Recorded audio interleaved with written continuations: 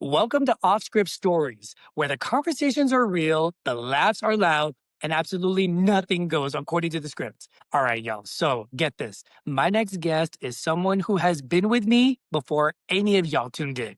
We've been laughing together, hustling together, and I'm proud to call this person one of the bestest friends in my life. She is a rising star who just happened to step into the industry and is already giving that Rachel Green energy. She's got charisma, she's got beauty, and she also has some embarrassing receipts from stuff I've done over the years. So I've got to be on my best behavior today. So, by the way, she is making her podcast debut. So this is going to be fascinating for her. So y'all know what to do.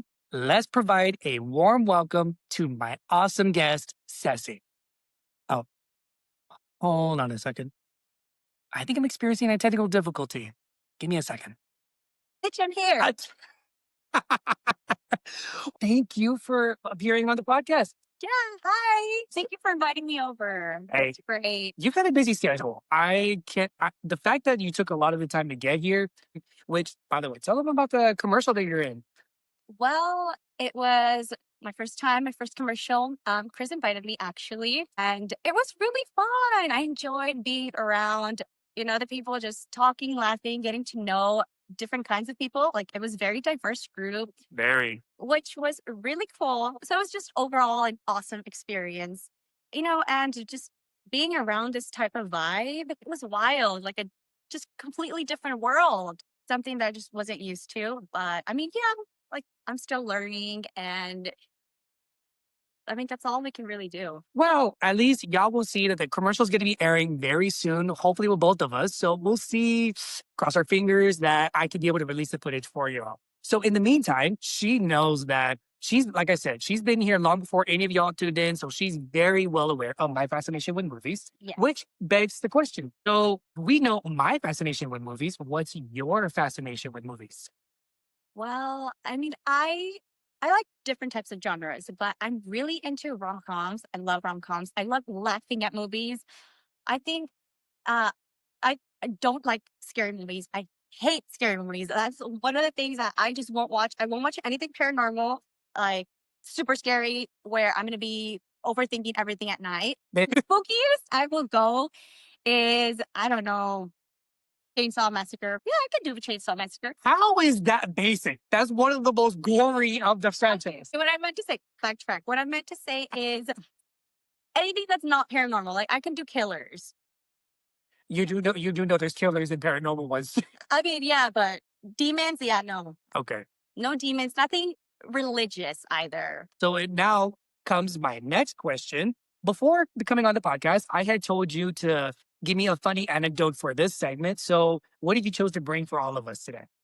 Well, speaking of scary movies, I do remember one time I was hanging out with Chris, actually, with you. I was hanging out with you at your place, and he forced me to watch a scary movie. But Wait, what? yes, yes. This was when?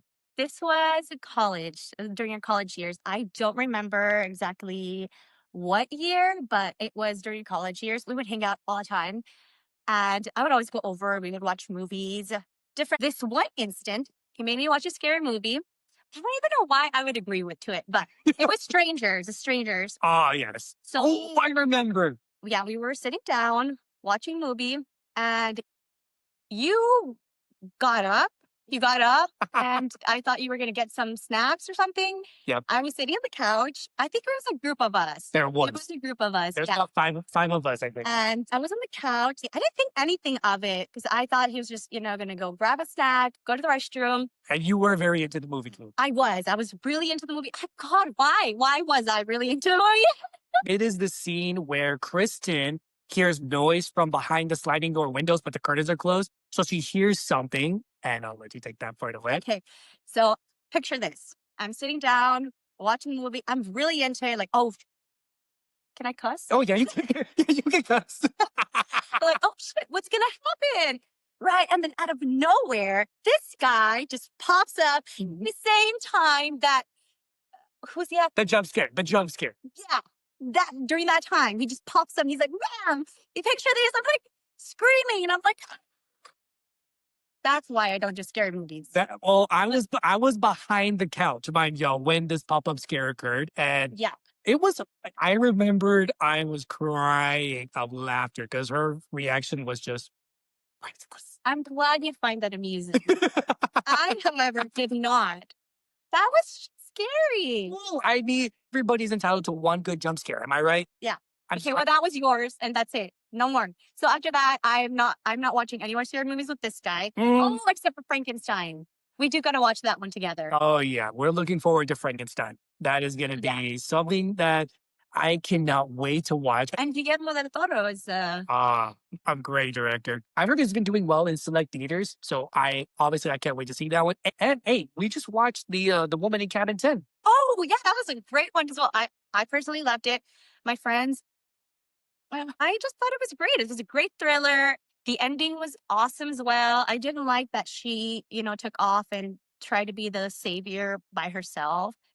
No one was helping her. Everyone was just standing and just waiting to see Well, what happens. well, you have to remember that one, this is based on a novel, and so you have to figure out how that adaptation works. Two, it's also the fact that since she was by herself on that ship, did not know much people, and the fact that she was the only one who saw the incident occur, but when they're all trying to hide something, like how can you ask for help? I mean, what would you do in that scenario? I don't know. Exactly. Y'all watch the movie and see what your thoughts are because she liked it. Actually, my other friend that watched it with us, she fell asleep during the movie. So that Uh, tells you that's right. She fell asleep like when halfway through. yeah, either she was just really exhausted, which she might have been, or she just really wasn't into it. But yeah, totally different reactions. It's crazy how we just have different, different It's views to. yeah, well, that's like our friendship group is a lot of diverse and Yeah, blend, and it just yeah, somehow works out well with our magic. yeah, yeah, yeah. So that is just that's something else. But that is a great story that you gave. But you're still gonna watch scary movies with me. No, I'm not. Didn't we see Alien? Didn't we see an Alien movie together? What was the That was not me. uh, Oh, we did at the movie theater. thank you. Oh, scary one. That was like based on true story. All of the aliens are scary. No, based on a true story. Oh, It was the one with the psychologist. Like it was actual footage of. Oh, I know it. It's the top of my head. psychologists. Yeah, the psychologist was the one talking about the events that occurred. I have it at the tip of my tongue. I just can't like. Okay, we'll work on that and then see if she's able to come back to it by the end of this episode. Obviously, I know some of your favorite movies, but what movie? It doesn't have to be your favorite, but what movie helped shape the person that you are today? One of my all-time favorites is Harry Potter. Ah, that's true. Love Harry Potter. Huge diehard fan. There's just nothing else like that. Harry Potter is timeless, no matter what stage of life you're in, right? Yeah, especially the millennials, we fit every single part of that stage. Yeah. So, what I mean by that is that it mirrors our world. You know what I mean? In what sense? So, it mirrors the world that we live in today, good versus evil, right? I agree. Pause. And it also seems to reflect politics that I've grown up with, what I've been seeing. You have this whole component of the mudbloods and purebloods, and I feel like that resembles racism in our world. I'm just going to leave it at that. I'm not going to dive into that. But No, you hit it spot on there because that's the first thing that we all see, and especially when the first introduction of mudbloods and purebloods, we first see that in Chamber of Secrets. So that is early on for us. definitely. And you know what? We grew up with Harry Potter. We started reading the books in elementary, Yeah. all throughout high school. I think the last published book was in high school. I'm not Ye- sure what year exactly, but yeah, I followed us along throughout our adolescent years, throughout our coming of age years. mhm. We did learn a lot about social world that we live in through these books. And then, so how has some of the elements from those movies shaped your personality and how you view life? I learned the power of friendship and unity used together to conquer evil. Hmm. You know, you friendship is such an essential part of life. That is true. She does like she's very loyal when it comes to that. And if there's some things that we do question our friendship on, not in terms of jeopardizing, but more of just certain elements. Like I'll be like, Chris, like that's not what a friend would do. But no, that's what best friends do. That's completely different. A friend could just, for example, like best friends talk shit to you, but talk great about you behind your back. Yes, 100%. 100%. You couldn't have said it better. Yes. And I feel like the Harry Potter books, movies, since we're talking about movies here, I did also read all the books, by the way. So did I. So these books just have a very deep level of friendship, loyalty, no matter what house you're in. Well, I don't know Yeah. about Slytherin. I'm not slithering. Yeah, no, I'm just saying, like, I don't know about Slytherin if they, have that loyal component to them, but would you agree with me? And I would agree with that. Even because even though in Slytherin, they resemble the kind of people, at least the majority of where they mainly focus on themselves and use others deemed as friends. And then it's like they're trying to get their own way. I learned a quote that said that truth without kindness is brutality. Kindness without truth is manipulation.